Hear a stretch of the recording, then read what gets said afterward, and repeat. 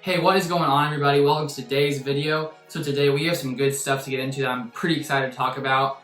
Some things that I think can help you in your fantasy season this year. We're going to be taking a look at Damien Williams. We're going to be taking a look at Clyde Edwards-Helaire and some other pieces on this this pretty insanely good Kansas City Chiefs offense. So I hope you guys can get some value from this video.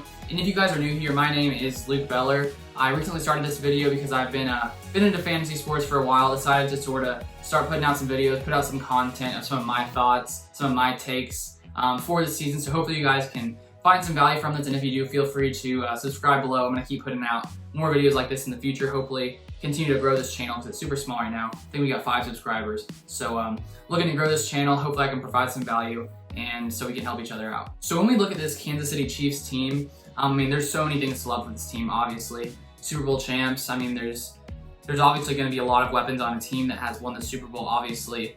And, you know, of course, you got Patrick Mahomes leading the front. Such a great quarterback, one of the greatest now in this league. And so I just want to look at his stats from last year. Last year, he played in 14 games, so he didn't play a full season.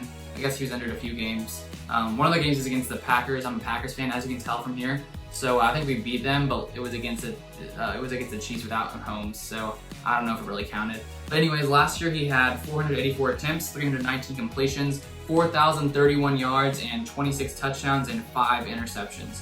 So basically, looking at Mahomes, I was looking at some of his stats the past few years, and I think his first season he had about like 50 touchdowns, or I mean, the first season where he really played a lot. I think that was like 2018. He had like 50 touchdown passes, and then this past one, what did I say he had? 26.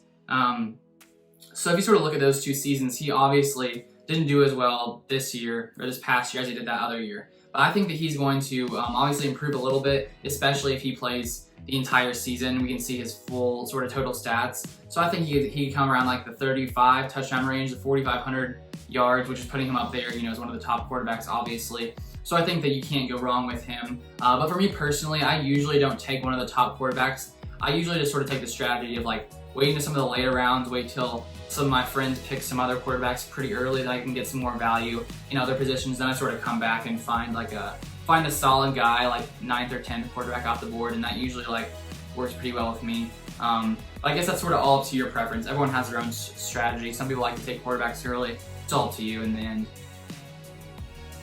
But obviously with him in the front, you know, this team is going to be top-notch once again. And then when we get into the running back position, this is where it gets a little bit, not tricky, but I guess things have changed since the draft happened with Clyde Edwards-Helaire being drafted in the first round.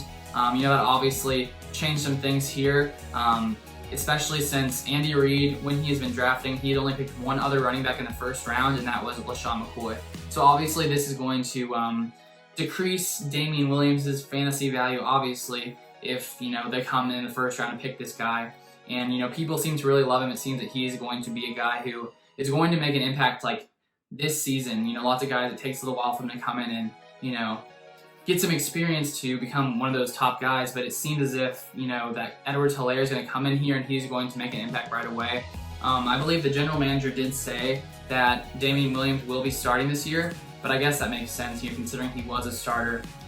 So basically, from what I'm sort of reading and seeing, it seems what I sort of think will happen is that they're sort of going to split carries in the beginning. But I think that the way that everyone is talking about Edwards-Helaire, about the potential that he has, it seems as if, you know, he's going to become that great back, and maybe slowly like throughout the season, maybe he comes in and he like slowly takes those carries, and then if he can continue to perform and he's the one that's outperforming, then obviously they're going to stick with him more, which will lead to him, I think, being a better option like later in the season, especially, you know, for that fantasy time if he has been contributing.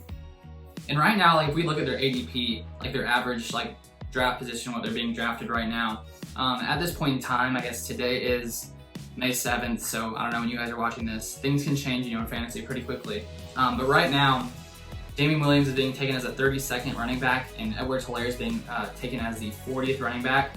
So it seems as if they're somewhat close together.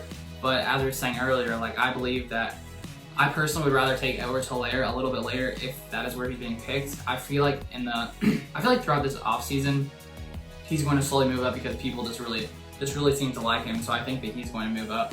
So I'm not sure where you'll be able to get him, but I think he could be, you know, a great option, I don't know if you can call him a sleeper, but because you never know, like he could end up being one of those top running backs, like a guy that just comes out of nowhere, finishes in the top 5 or 10 if he might have that potential, especially considering Mahomes was like, we gotta get this guy on our team. So the fact that Mahomes was trying to get him on the team, all these different factors on this insanely potent, powerful offense, like Helaire is going to be a great back, especially in the future for the coming years. So especially if you play in dynasty leagues, that he's obviously, one of the top options. But I think that he's going to, make a great impact. So I guess it's just up to you to decide what you'd be willing to take, where you'd be willing to take him right now, because he is definitely a tremendous upside. And then of course, if we look at the wide receiver position for the Chiefs, of course we have Tyreek Hill being the top guy there. Last year, he only played in 12 games because he had a little bit of he had some injuries.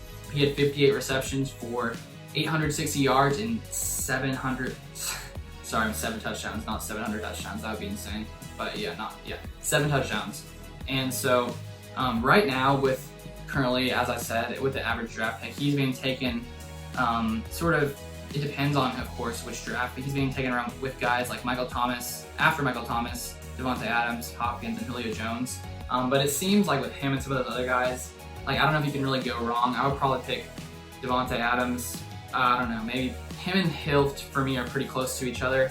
I'm not really sure, but I think Hill's going to come back to being what he was before last year, because before that he had finished in the top 10 all 3 years, but I think he actually finished in the top 10 last year too. But I think that he's going to be a solid option, so first, second round, if you can get him in one of those areas, he's definitely going to be powerful with Patrick Mahomes at quarterback. Like, come on, Tyreek Hill, he's going to light it up. But that's mostly what I'm going to do for this video. I just wanted to make it somewhat of a short video, so that way I could get everything that you might need to know into this video. Wouldn't take too long. But I would love if you guys have like any suggestions for any other kind of videos you guys want to see in the future.